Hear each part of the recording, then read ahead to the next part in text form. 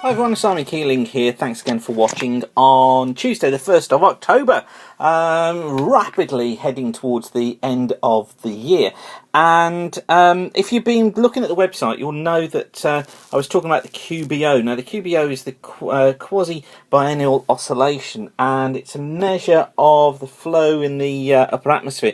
Basically it's a wave that propagates through the atmosphere, and it's one of the indications of winter. Now winter really has been a problem trying to get this forecast pinned down this year, and it's still causing me problems now. We've got conflicting guidance coming in from the models, really causing some problems. So basically what this chart shows, this is from the Free University of Berlin. You can see here, look, you see how the westerly winds, which are the grey colours here, propagate downwards. And at the moment, this is the chart taking us up to the end of August. Look, you can see that area of westerly winds propagating its way through the atmosphere. So it's taken us into a more westerly QBO. Now, last year, the flow within the middle regions of the atmosphere was actually in the east. You can see it here.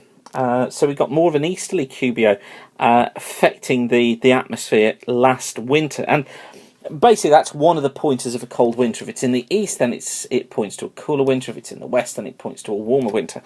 So we've got this westerly flow of the QBO. Now, it's quite early to be having that westerly flow. So given that it's a natural cycle, you then have to predict, okay, when is it that the QBO itself breaks down?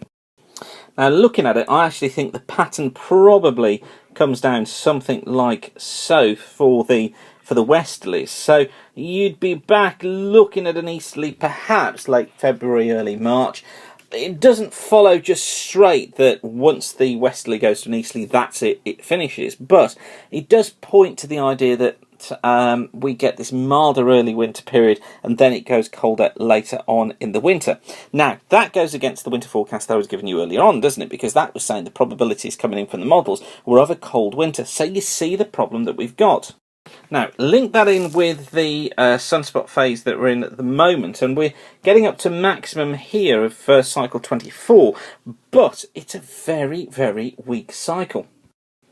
This is the sunspot numbers going back to 1978, and you see here that the previous cycles were higher. We had a low one cycle 23, but this is 24, look, and you can see here just how inactive the sun is in terms of daily sunspot numbers. We need to take solar irradiance into account as well, and that's been rising but has become steady since the early part of 2012. And here's how sunspots and irradiance are linked together. You can see here that low sunspots means low irradiance, higher sunspots, higher irradiance, etc. And that pattern just follows all the way through.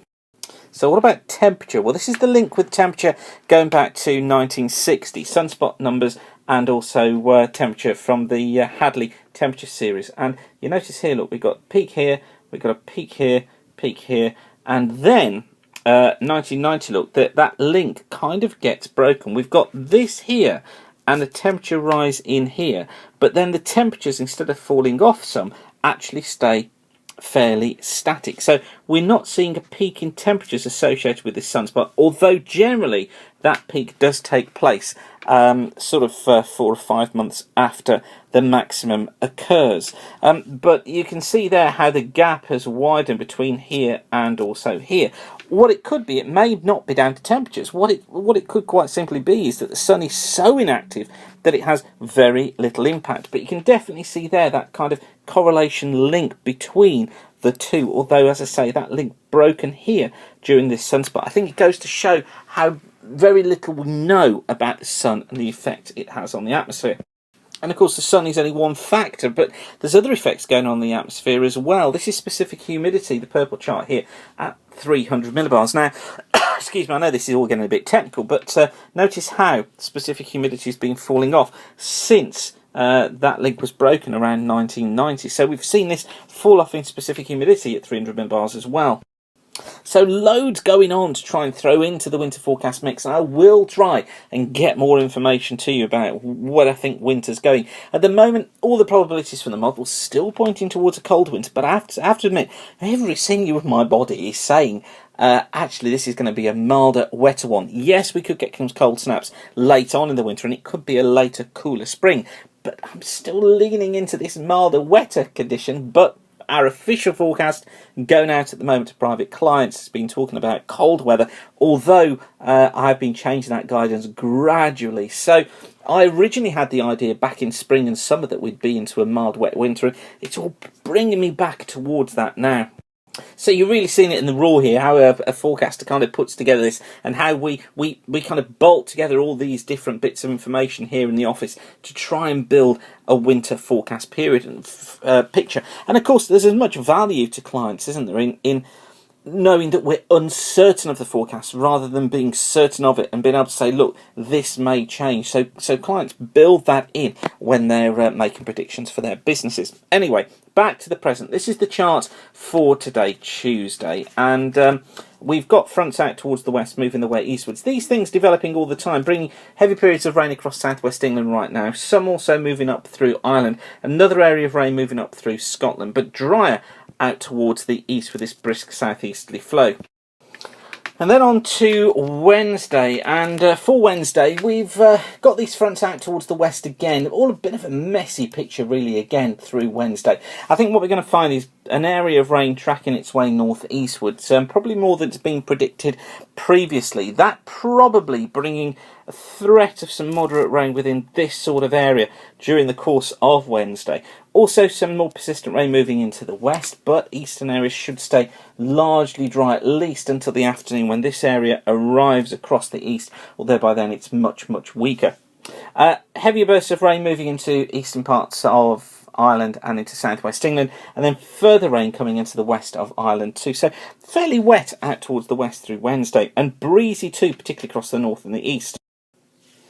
Thursday sees the promise of some more persistent rain edging eastwards. This one is causing a few headaches as well, because the feature itself breaking up as it goes eastwards. However, I think we need to work on most parts of the country seeing some pretty hefty bursts of rain within this sort of zone during the course of Thursday, and this whole area moving its way eastwards. Pretty breezy out towards the east with brighter weather following in from the west during the course of Thursday afternoon. Friday sees fronts clearing their way eastwards. I think quite a cloudy, dull and fairly damp start to the morning on Friday. Could still be some residual rain left around, particularly across eastern Scotland, northeastern parts of England. Also, could be some down through Wales as well. But the good news is through the morning it should become brighter. I think the rain will gradually clear away towards the east, and then I think we're going to find some sunny spells moving in from the west during the day, although it will be quite breezy and cooler. Always most of the showers that are around in the afternoon affecting western coasts. And then on to Saturday. Well, this warm front gives the game away really, because fairly moist air coming in from the southwest during the course of Saturday may just clag up western coasts and hills as well as western Scotland. Towards the east and the south though should be drier and should be brighter. Sun coming through, so actually quite a nice day. And Sunday too lines itself up to be quite pleasant as well. I think we've got some cloud and outbreaks of rain affecting more western areas, perhaps bringing some mist and low cloud to western coasts and hills. However, towards the east and the south it's brighter. We've got sunny spells coming through, and it'll be dry as well. More persistent rain affecting western parts of Scotland, potentially Sunday afternoon, but for most other areas I'm hopeful that it will be dry. And then we need to look for rising temperatures during next week. Emphasis back on the dry weather, although not potentially completely dry. We need to look for some rain across Ireland, northern parts of England, northern parts of Wales, possibly southern Scotland, particularly Tuesday and Wednesday, but drier elsewhere. So hopefully that's useful information for you. Plenty there, isn't there? We've been out to the sun and back. Now don't forget weatherweb.net's kept free of charge by the adverts you see around the screen. So by you coming back and using the site and using the adverts is what keeps us free of charge. So thank you for doing that. Don't forget to tell your friends about us. You can follow us on Twitter at Weather School, and you can also follow us on Facebook by doing a search for Weather School too. So for now, whatever you're doing, have a great day and keep the sun shining.